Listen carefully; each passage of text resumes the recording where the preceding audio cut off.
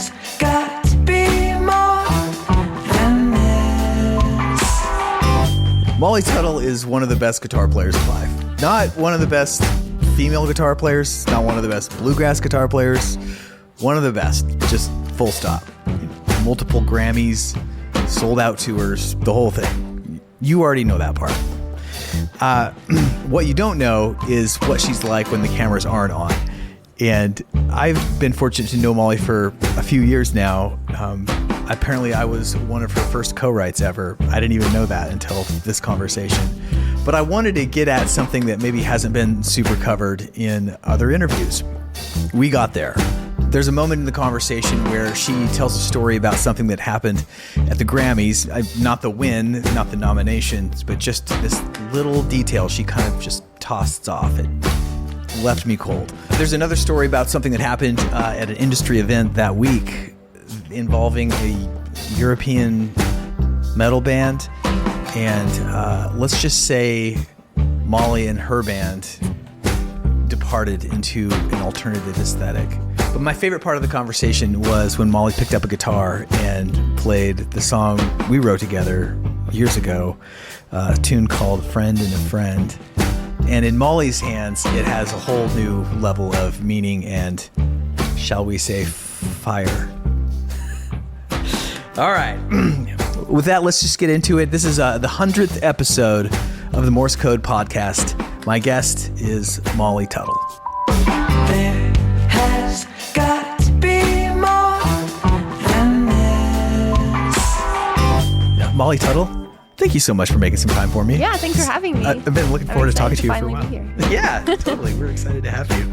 And just to get the congrats out of the way. Congrats on the Grammys, the new record, the success, and you're, as gigging an artist as there is, really. So, maybe my first question is like, is the thrill as acute as it was when you were just kind of getting into this, like in Nashville 10 years ago? Yeah, I think it's just gotten more and more fun because I feel like I've gotten to do so many things that I could have only dreamed of or couldn't have even dreamed of doing. And through the years, more people have started caring about my music, which is so exciting. So now it's just like all of that fuels me to want to keep doing it and seeing where it could lead next. And this last year, it was so exciting putting out a new record, and we toured. So I did like the longest tour I've ever done this last fall, and it was exhausting, but it was just really rewarding at the same time. And this year I'm kind of, taking a little more time to kind of hopefully make a new record. I'm getting married this year, so it's a little bit more of a chill year, which is also nice because I get to kind of dig into the community here in Nashville, which I love. Mm-hmm. Yeah, you've been, maybe I'd say the price one pays for being so tour oriented is that it can be hard to have a community and develop a sense of place. And have you taken pains to, or have you been conscious of that and tried to invest in our town socially, or is it just kind of like you get in where you fit in and maybe you run into somebody at the turnip truck? Yeah, I say that I'm taking more time off, but it's like last year I think I did 90 something gigs. This year I'll do 80 something. So it's really not that much more time at home. But I feel like when I am here in town, it's so easy to plug back in, just like wandering around the neighborhood. Like I see people I know, and then I do make a conscious effort to like catch up with friends and go out to shows. And I feel like anytime I'm home, I find out about friends playing in town and just try to go out and support them. And yeah, for me, it's just kind of like when I'm home, I almost feel as busy as I am on the road, which is a cool thing about living in Nashville is there's always so much to do. And especially like this little part, I feel like of totally. East Nash, where you guys,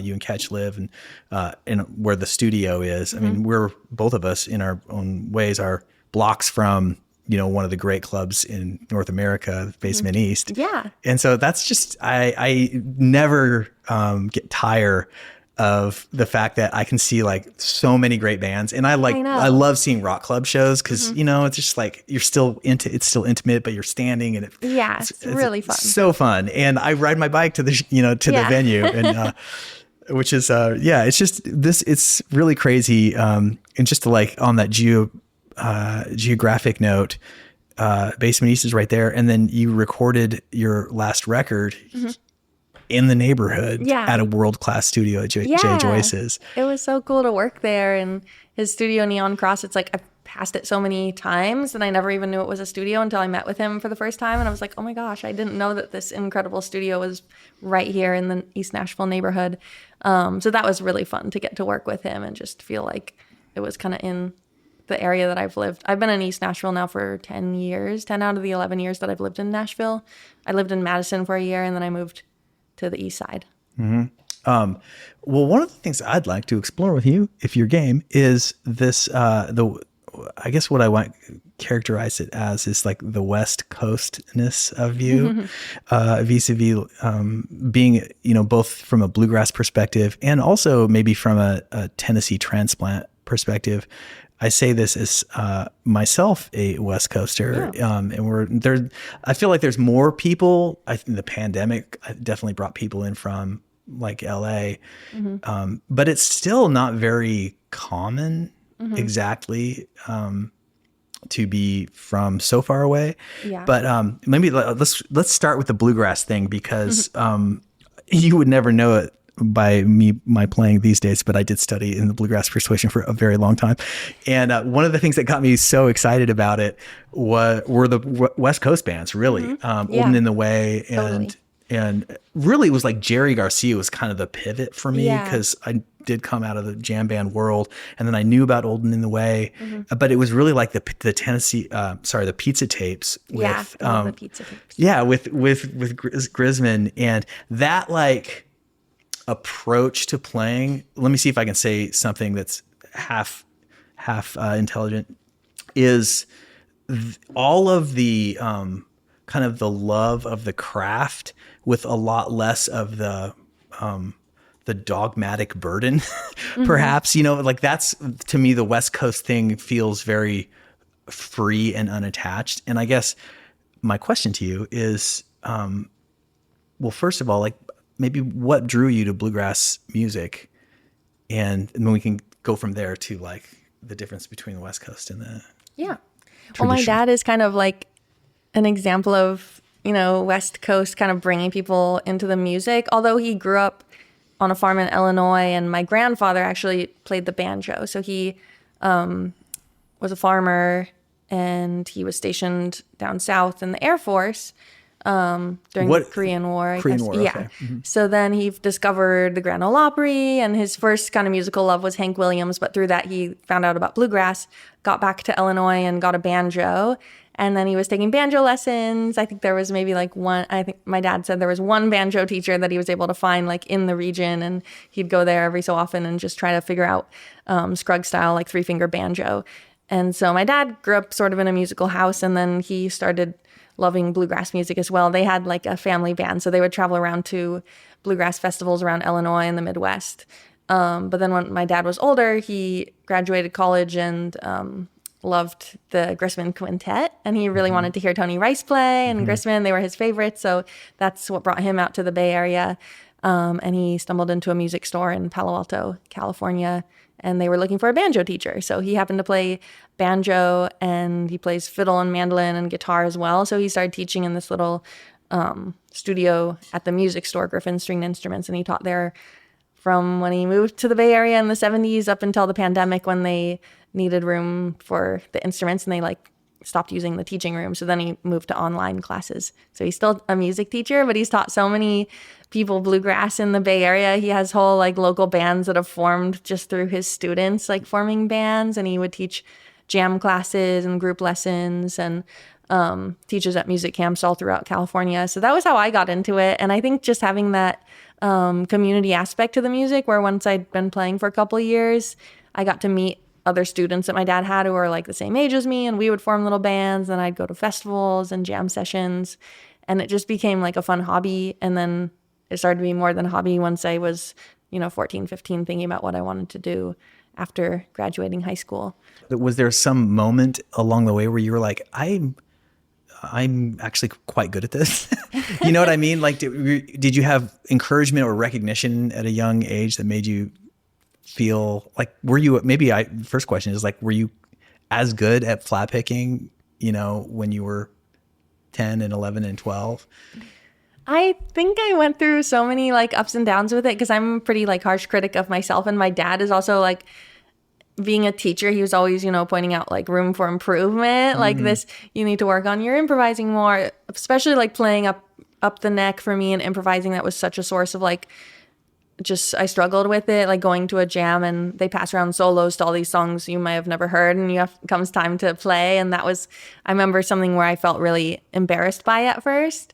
So even though I think from an early age, I might be able to play like a complicated solo that my dad worked out and taught me for like specific songs, or like a fiddle tune that was really hard to play, I could figure out how to play it and I could play fast and this and that. But there were other areas where I felt really self-conscious. So it was always sort of a mix of, kind of feeling confident, but not at the same time. Like if something came along that hit one of my like weaker points in my musicianship, then I would feel self-conscious about it.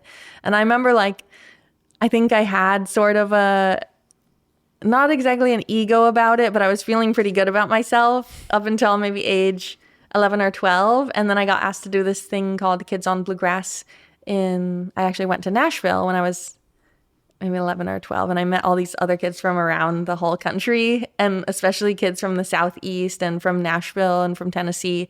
They were just all so good. I was meeting people like Sierra Hull and like Sarah Jarosz and Jared Walker, who plays with Billy Strings now. And these kids were crazy. They were like all so good at such a young age. So I think at first it made me feel a little like not discouraged, but I was a little intimidated, like, whoa, there's a lot of really amazing kids who are my age. But then it sort of inspired me. I was like, I want to get to that level too. I want to be able to play with these people. And it's so cool because now I'm like, I have, lasting friendships with some of these musicians I've known for so long. And it's like just fun to look back on that. I can only imagine like you kids meeting each other in like, Sierra Hull and Sarah Jarosz, and like, there's such a, what is it? A unique aspect of the bluegrass scene is that it is so small comparatively, and there's so few people who can do it at a, world-class high level that you're going to know each other for the rest of your lives. And it was funny being from the West Coast. I was sort of removed from, there was sort of a scene of kids who would come to Nashville or go to these bluegrass festivals all over the country. But being from California, I was pretty far away from all of that. So that once I was, I didn't know that many. My dad had a couple students who were my age who also played, but I remember seeing like those kids, and they were like fully formed musicians. They were like playing on stage with bands, and they had stage presence and could like, just play a solo on the spot. And I was like, oh my gosh, I didn't even know this existed. Like, oh, this is the game. Yeah. Did your dad travel with you a lot? Like, did he bring you out to Nashville? Yeah, he would travel with me. So I was a pretty shy kid. And I think I like the first few years when I would go to stuff with my dad, I would just kind of like trail around, like following him around, and I met his friends. And then I like sort of would have my crew when I got a little older, other kids and people around my age who I would hang out with. I'm not going to dwell on this because this podcast isn't really like a technical fronted podcast, but so you're very, very fast and delicate in your playing, and also your right hand. This is the dorky part, but I know you can hang because you're a bluegrasser. You don't like, it's not floating over the top, the guitar top. It's sort of like on the top. Yeah. Is that, and I asked this because that's how I play too. Dave Rawlings plays like that. Oh, really? Yeah, he's his hand. And I know this because when I was super trying to be Tony Rice 20 years ago, I just watched right hands all the time. Guitar players, fiddlers. I'm still like fascinated by right hands. And it's just amazing that you have the facility that you have, like with that approach to playing. And is that something did your dad teach you to play that way? Was that something just you naturally were drawn to? Did you like try to do it a different way, or somebody I'm just like, what's your right hand secrets, Molly? My dad, I think he also plays that way. He might have a slightly different technique than me, but he does also rest his wrist when he's playing lead, and like both of us, like when you go to rhythm, you like just you float float your on hand, rhythm, but playing lead, I sort of just copied what he did, and then I think I probably developed my own way of playing a little bit, but mainly I was looking at my dad and just trying to find what worked and felt like a fluid way of playing. I definitely experimented with, I never really experimented too much with like anchoring my 2 fingers on the guitar like some people do. Like I'll see Brian Sutton and he does that, and sometimes I'm like, oh my gosh, maybe that's like what I'm missing sometimes, because he has so much power and volume with his playing. And I'm like, when I see him play, I'm just like, it doesn't feel natural for me because I've played without anchoring those fingers for so long. But I feel like there's no real right or wrong way, as long as you're not like causing tension, or like as long as there's not like clear issue. But yeah, I think that's probably due to my dad. But it's funny you say that about Dave Rawlings, because he was my biggest hero as a teenager, and when I was getting really into guitar, I just like listened to him all the time. So maybe subconsciously I also picked up on what he was doing.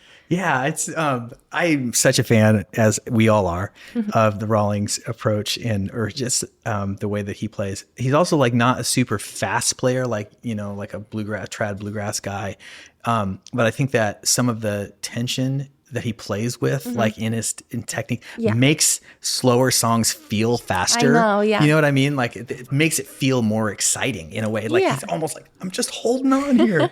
I feel like he can play less notes and make the audience feel so much more than someone playing a million notes, maybe at a higher tempo.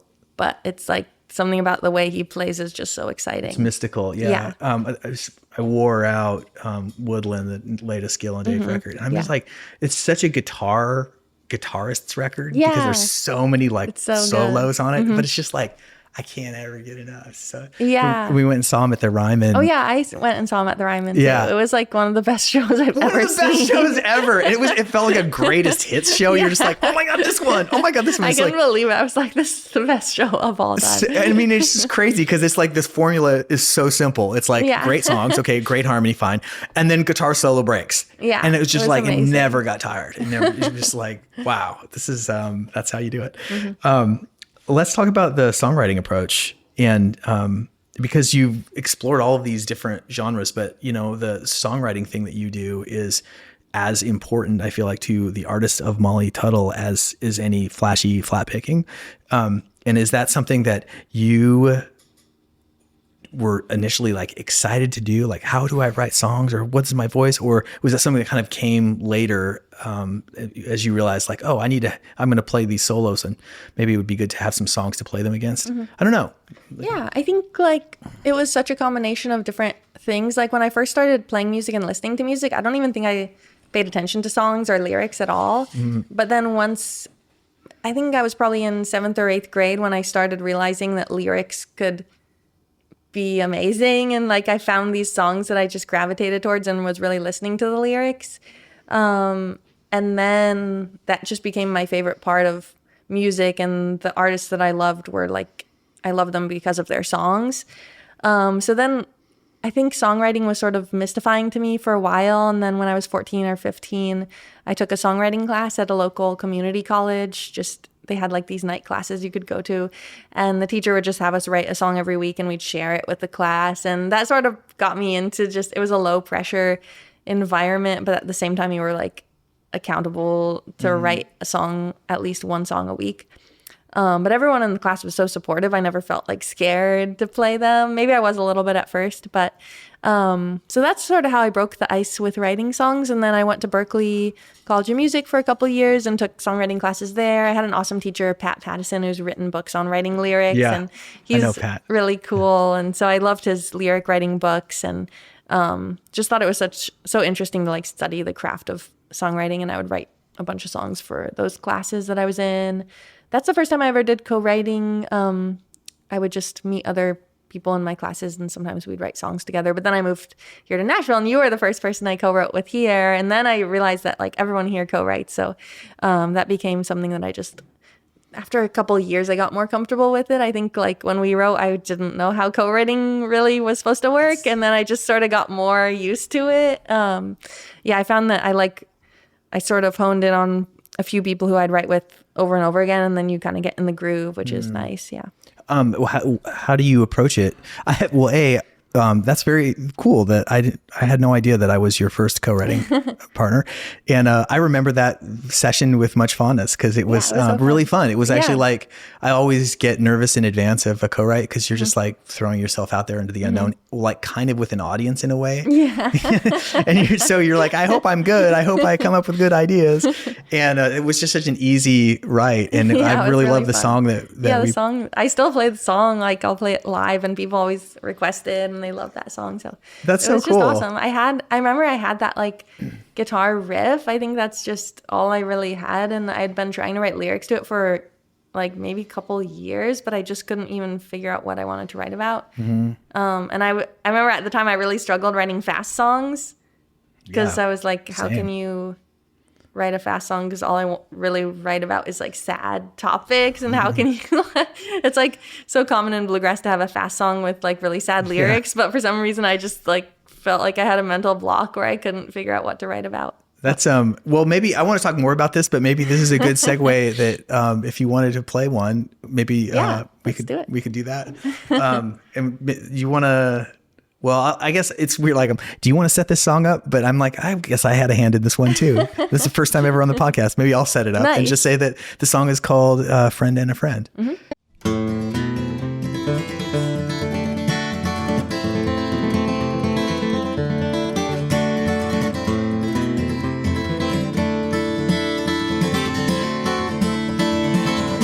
I set out long ago, didn't give a thought to all the rogues and robbers on the road.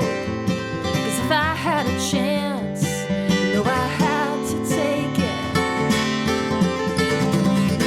So for the longest time, spent a string of lonely nights in the back of a 40 car line. You wake up feeling low, then you get behind the wheel and go. Some days it's wide open, some days it's a dead end. Some days I feel like I'm walking on the Wild West end. Got a big dream and a worn out D18. All I need is a friend and a friend and another friend. Friend and a friend and another friend. You never know what you're gonna get when you roll into some new town, play with people that you've never met. Maybe they all know your name, maybe they don't, maybe they don't care at all. So you do the best you can with the empty coffee cups rolling back and forth inside the van. But it all comes around when the lights go down. Some days it's wide open, some days it's a dead end. Some days I feel like I'm walking on the Wild West end. Got a big dream and a worn out D18. All I need is a friend and a friend and another friend. Friend and a friend and another friend.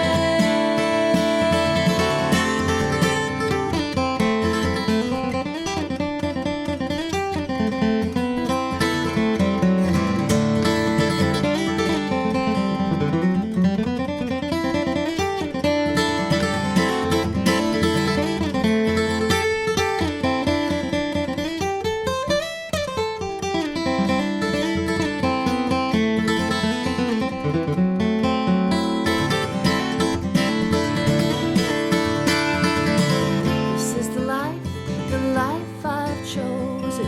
Not even I can see the cards I'm holding. If tonight it doesn't go my way, there's always tomorrow.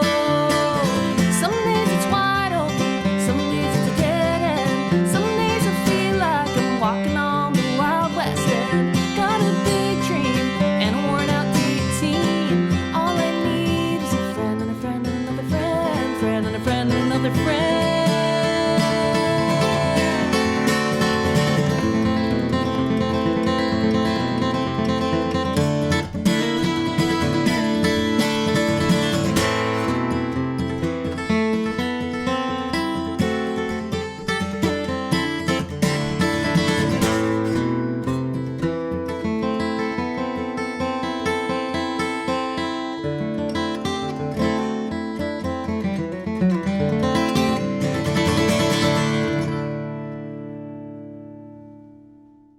Well, that was fantastic. Thank you. And hopefully the mics didn't pick it up, but I was singing harms off camera there. Hopefully they did pick it up. It's funny because I recorded that song in a much more folky way for one of my records. But before all of that, I think it was right after we wrote it, I'd asked you to make a video for me. I think I was doing like a Kickstarter for one of my records. Oh, yeah. And you were so nice and you agreed. And it's funny that video is still up on YouTube today of us doing it. Of us doing Friend and Friend together. Yeah, that's such a good video. Yeah, it's great. But the cat like walks through the frame and stuff. But the comments are so funny because they're like, dude, I hope you know how lucky you are. Because it's on my channel. Like, you got to play with the great Molly Tuttle. And I'm like, I know. That's awesome. I do feel lucky. It was great. So this is really interesting to me now to talk about the songwriting process, because I think that of like all the things I do in music, maybe that's the one that I think I'm a little bit better at it than other things that I try, like flat picking, for instance. But you said that earlier that you kind of like will gravitate toward a couple of different writers and you can kind of hit a groove. And is there a way now that's sort of revealed itself as to how you approach writing a song? Yeah, I mean, I think that like I learned a lot from writing with people in Nashville, that a lot of times when I write with someone who's like a professional writer, they'll have so many like title ideas or at least like an idea for what they want the song to be about before even starting. So I think that was helpful for me to see some people who write and just have a whole notebook full of like these titles, and they'll be like, I have this title and I think it could be about this. And that's just kind of a cool formula to start with. And it sort of centers the song around really what you're trying to say. But then at the same time, I think there's so many ways to approach a song. You can approach it just music first. Like a lot of times I'll have just a fun guitar part that I record on my phone and then I'll play it for someone and they might have an idea, like how we started that song. That's still something I do a lot.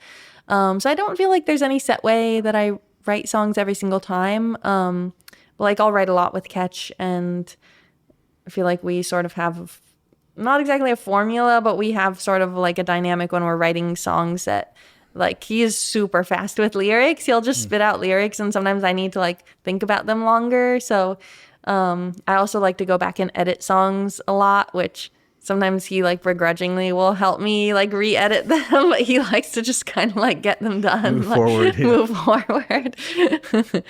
And then I have another friend, Melody Walker, who I've written with a bunch. We wrote most of the songs that we wrote that I recorded are on my record Crooked Tree, including the title track Crooked Tree, which is like one of my favorites that I've written, and I loved writing that with her. And we wrote a lot during the pandemic. We would write almost every day for like a month or so. And we got in such a groove writing over FaceTime because we were still like quarantined. Sometimes we'll still like write over FaceTime because both of us tour so much, which is kind of fun. But like we'll write in person sometimes, but we've had so much luck like writing on FaceTime, like on a Google shared document. And I almost feel like sometimes that's easier for me instead of like having to say the idea aloud. Sometimes I'll just type out some lyrics and be like, what do you think of this? Sometimes it can help me get over the block of like being scared to express what I'm thinking. But yeah. It's really funny how that is always the case, even if you've done it a million times. You're like, this is for me personally, but I'm just like, God, I hope I'm not saying this is probably really dumb. I've had writers too, really talented writers that I'm like, this might be really dumb, and I'll say it, and they're like, that's pretty dumb. Yeah. I appreciate that you feel comfortable enough that you can say that to me directly. Yeah, that's like such an important part, is feeling free to like, if you don't like an idea, being like, no, I don't think so. Sometimes when I'm writing with someone new, I'm just nervous to say like, I don't really like how this is going, or I don't think I would sing this. Like it's a cool song, but it's not really me, stuff like that. But do you, you're mostly like, you're probably going to write or sing the song if this song, like makes the cut, as opposed to writing a song that might be for the other person in the room. This is the clumsiest thing I've ever said. But like a lot of times for me, if I'm writing with another songwriter, if they have the idea, it's like clearly going to be theirs. Like I wrote a song with Mare really recently. In fact, I mean, to be honest, like the song was basically 85% done when she came. She's like, let's write this. I got this idea for a title and here's a couple of verses. And I'm like, That's awesome. do you need, I'm happy to be part of this. But sometimes if you're writing a song, it'll sort of like be clear as the song gets going, like whose song this is. Right. You know what I mean? Like, there's a really talented writer named Andrew Combs here in town, and we wrote a song actually like 2 days before the pandemic started, and it was just like really clear a few minutes into the write that this is like an Andrew Combs song, right? And it was like really freeing in a way. I could just like help him do this. I felt. But do you have any sort of feeling around that, or is there, have you had any experience with that sort of vibe? I've done that like a little bit, but mostly I'm writing for myself generally. I've actually tried like writing with Ketch for his band, for Old Crow, and usually sometimes they've cut the songs that we've written, which is really fun. I think they've cut like a few of them, like 2 or 3. And then sometimes there's been ones that we've written for his band and they don't record them and I end up recording them. There was actually one that we wrote initially for his band called The Big Backyard, and I ended up recording it instead, but now he's recording it like a couple years later. So, because he heard my version, he was like, wait, I should have recorded that one. So I've done that a little bit. Especially during the pandemic, I was just writing so much because I was not on tour. So I wrote with some artists for their projects for that. During the pandemic, but mostly since then I've just been writing for my own albums because I find it like I have such limited time when I'm home to do co-writes anyway that I kind of have to focus on like what I'm doing next and what I'm like planning to record. That last record, So Long Little Miss Sunshine, has a lot of California sort of themed songs to it. So it makes me wonder, do you feel like a Californian out of water, out of a Californian in Tennessee? Do you feel like after living here 10 years, do you feel a little bit of a Tennessee identity, or, I feel like I'm a mishmash of California and Tennessee because I go back to California and then there's like so much that I miss about Nashville and Tennessee, but I vice versa. Like when I'm here most of the time, so I just get really homesick for California, and it's a really big part of my identity and like what inspires me.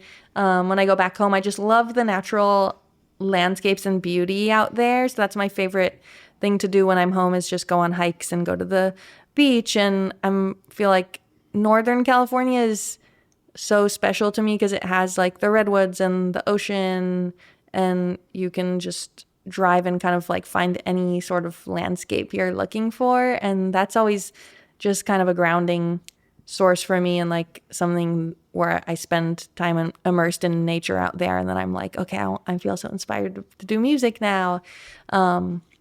So yeah, I think that's where a lot of like my California themed songs come from. And also just coming from like a bluegrass background, so many songs that I grew up playing and singing are like geographical and usually about like Kentucky or Tennessee. And I think it's fun to kind of take that tradition and like write about where I'm from as well. At first I didn't know how to do that exactly, and then I realized there was so much sort of crossover with like themes from the West that you could sort of put into these bluegrass songs or more rootsy sounding songs, and it kind of works, and it put my own spin on it in a way. What's a song that comes to mind that reflects that? Out of my songs?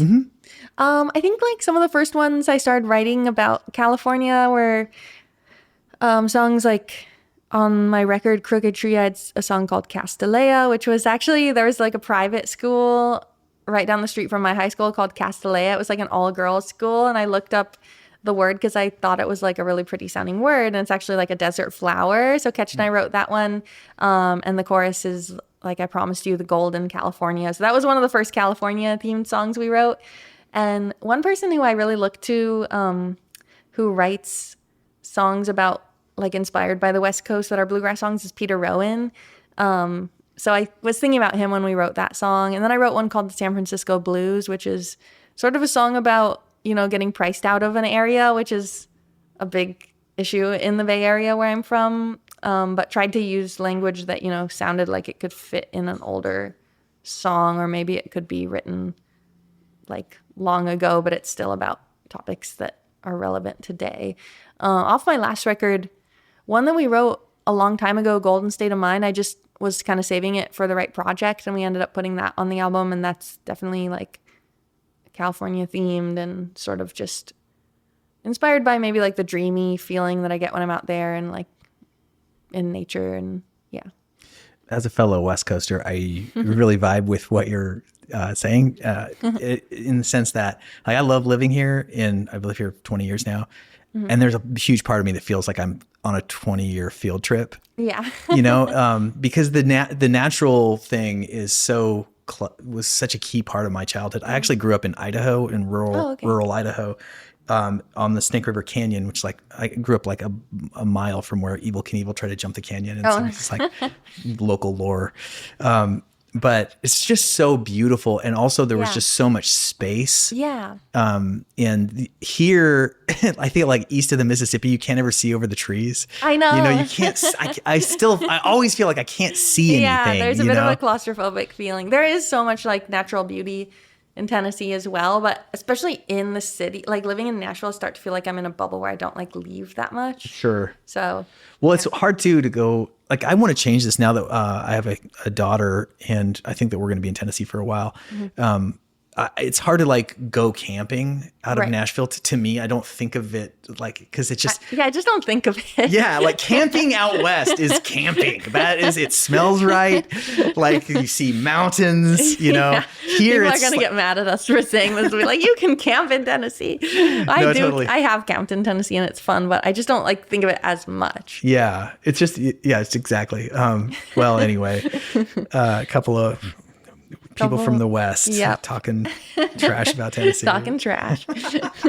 I'm really curious about this, and I don't know how to quite ask it, but it's something that's like I feel like part of the point of this podcast is it's sometimes it's about craft and technique, but it's also just like what draws a person to want to do this thing. And you've answered the question in some ways, like your dad showed you early on, and obviously like you had music in your home from a very young age, so it was like normal. Yeah. But now it's like you technically, like for me personally, like I have a long way to go in terms of just like getting better at my instrument, but like you can't get a lot faster in terms of like straight flat picking. And this isn't even a clumsy way of saying it. I don't want to put words in your mouth, but like what drives you to do this? Like to keep doing it? Like you've won Grammys now. You're much admired. You have a really respected catalog of songs. You could just be like, okay, cool, I'm out. But like, I don't know, it's just like, maybe I could shrink it back down and be like, you're writing for the next record. What is motivating? Are there gathering themes for that new record? There, I said something.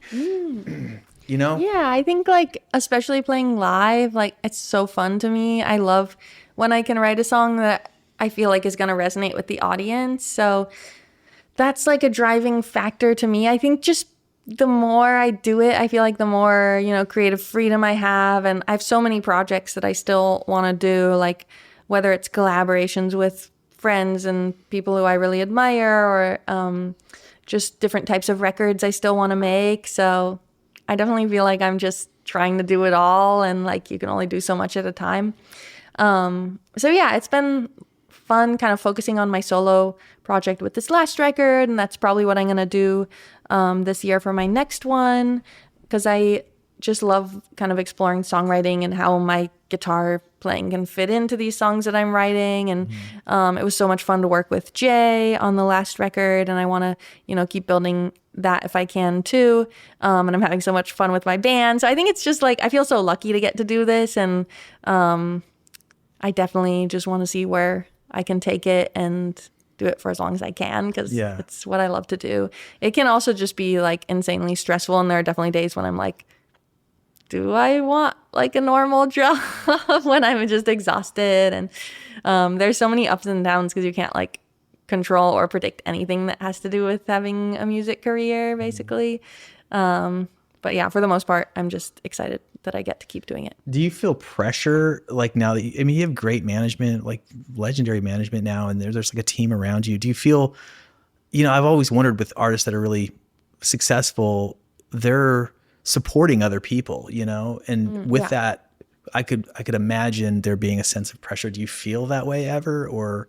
Yeah, I feel that way mostly with like touring because I want to keep, I want to provide work for my band, my crew, these people who are sort of choosing to make this their job, which is like, I definitely don't take that for granted that people want to play with me and want to go out on the road with me. So that's why I always want to have a full calendar of work because I love having a consistent group of people that I get to tour with. But yeah, as far as like the management and people on the business side, I don't feel like that much pressure to them because I'm like, I don't know, you guys are going to be fine. It's like, I feel like they should be feeling the pressure to like, take care of the artist. Yeah, totally. But as far as the people I'm on the road with, that's kind of my road family. And I feel a responsibility to like provide for them as much as I possibly can. So yeah. Yeah, that makes a lot of sense. I think I said this already, but maybe it was off the mic, but congrats on your getting engaged. Thank you. That's a wonderful non-musical accomplishment, like a life thing.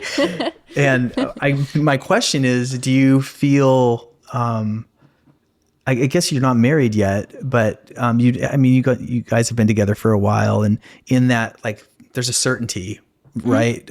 With making a bond like that. And does that, has that impacted kind of has it eased your sense of like riding this chaotic storm that is the music business? Or, cause Ketch is in it too, so it's like, maybe it's like two storms. Well, in one house. It's really nice to have someone to talk to who like totally understands.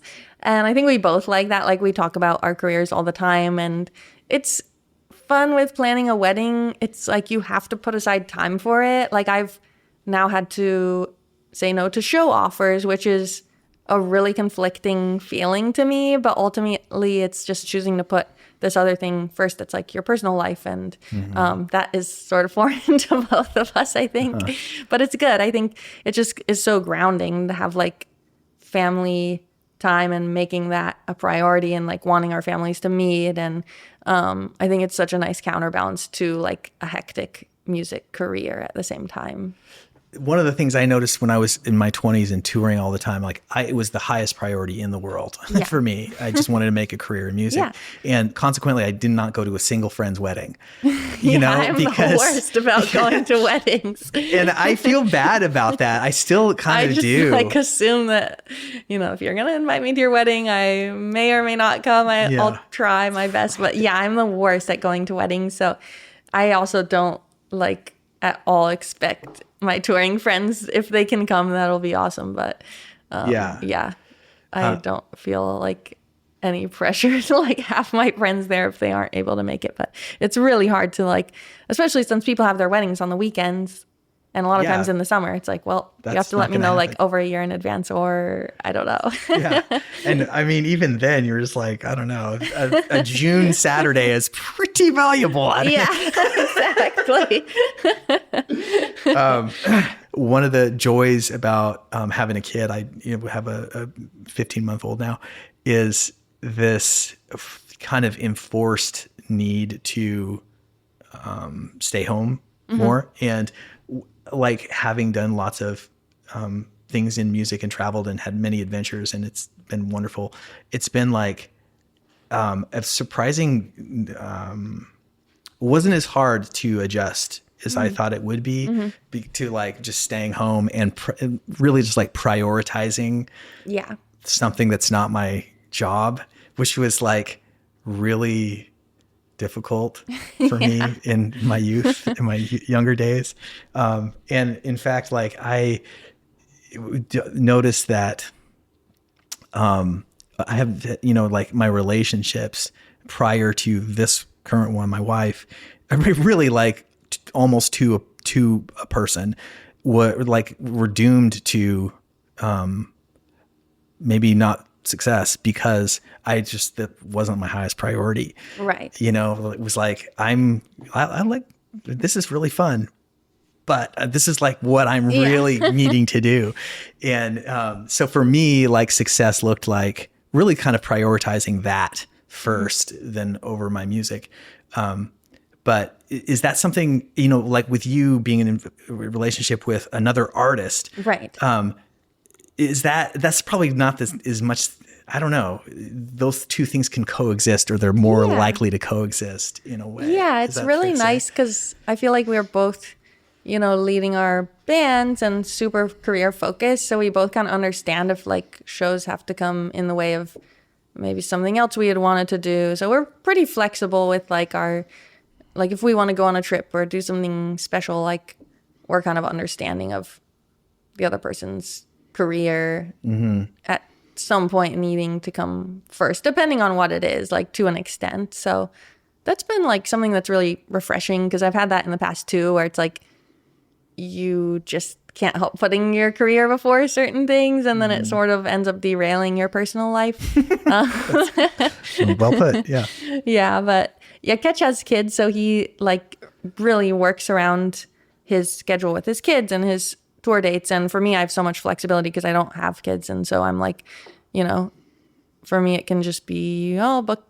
I don't really think twice about booking gigs when I want to, unless we have something planned, like the two of us, or we're doing a family thing. But yeah, so it's nice. I think he just totally understands if shows and things that I'm doing need to come first. And there are certain things, like when I went to the Grammys this year, I was like, I really want you to come with me. And he happened to have not already booked shows before. So like he's going to block off things for me, and I'm going to do the same for him if there's something like really special career-wise that he wants me to be there for.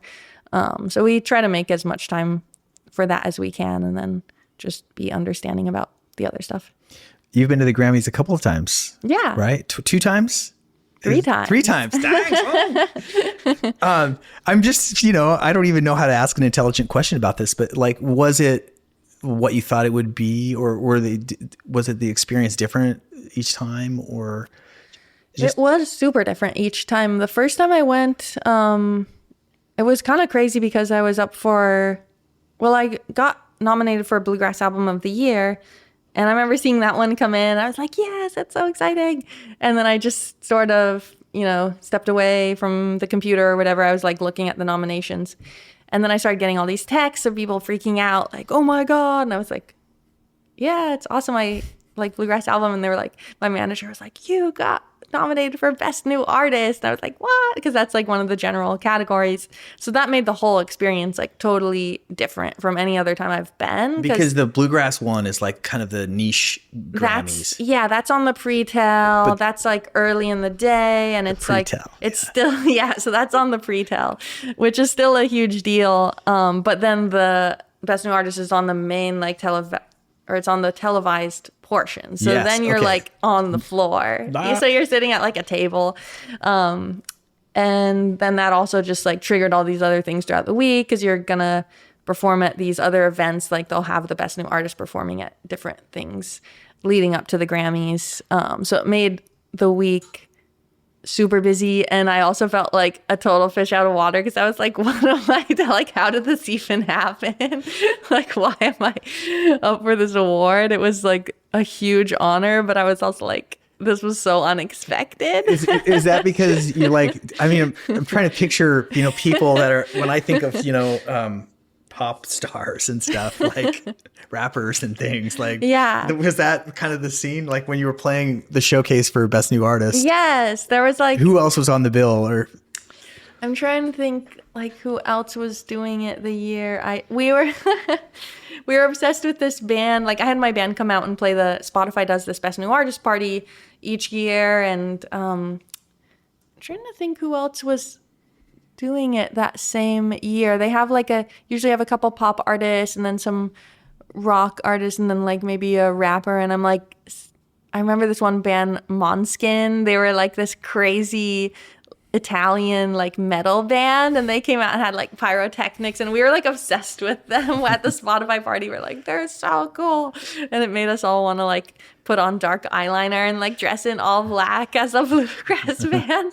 So we went through like a slight me and my band, we went through a goth phase after doing the Best New Artist party because we were so inspired by Måneskin, but they were awesome. And this woman, the woman who won the award that year, Samara Joy, she was amazing jazz singer. Another person who was like me, she was nominated for some of the jazz awards that are like in the earlier part of the segment. So it was really cool that she won in one of the main categories as well, because she hadn't been in like the mainstream, pop categories for her other nominations. But yeah, it was a really cool experience and just totally unlike anything I'd ever done before. And then the second year I went, I was up for the bluegrass album again. And that was really fun because I kind of knew more what to expect. I feel like the first year when I went, I was total like deer in headlights. Didn't really know what was happening, what was going on. Like I didn't know what to expect at all going into it. And then the second year, I kind of knew what to expect, so I got to relax and just have a little more fun. And they let me announce some of the awards in the earlier segments. I got to announce some of the like classical categories. I got to hand Joni Mitchell her Grammy for the folk album, and that was super fun. But yeah, I just felt way more relaxed the second time going. And then this year going, it was just also just really fun. And I knew more people this time around too. So I had like a little group of friends who I got to see, and that was just awesome. That's great. Yeah. It's just funny that it's kind of like a bluegrass festival in that sense. Like you see these people sometimes once a year. Yeah, but you're like, oh, hey, Ralph, what's going on? Well, I'm just really happy for you, Molly, and I'm grateful for you to spend a little time talking with me as well. And I'm just, it's just wonderful to see somebody with artistry of such high caliber also be such a nice and lovely person. Oh, thank you. And likewise. I just wish you every good thing. I wish you 25 more Grammys. Thank you. And Same to you. and we should try to write one sometime. We're one awesome. for one. We've had so much success with our one song. We need to do a second one. Well, we'll talk about that off mic.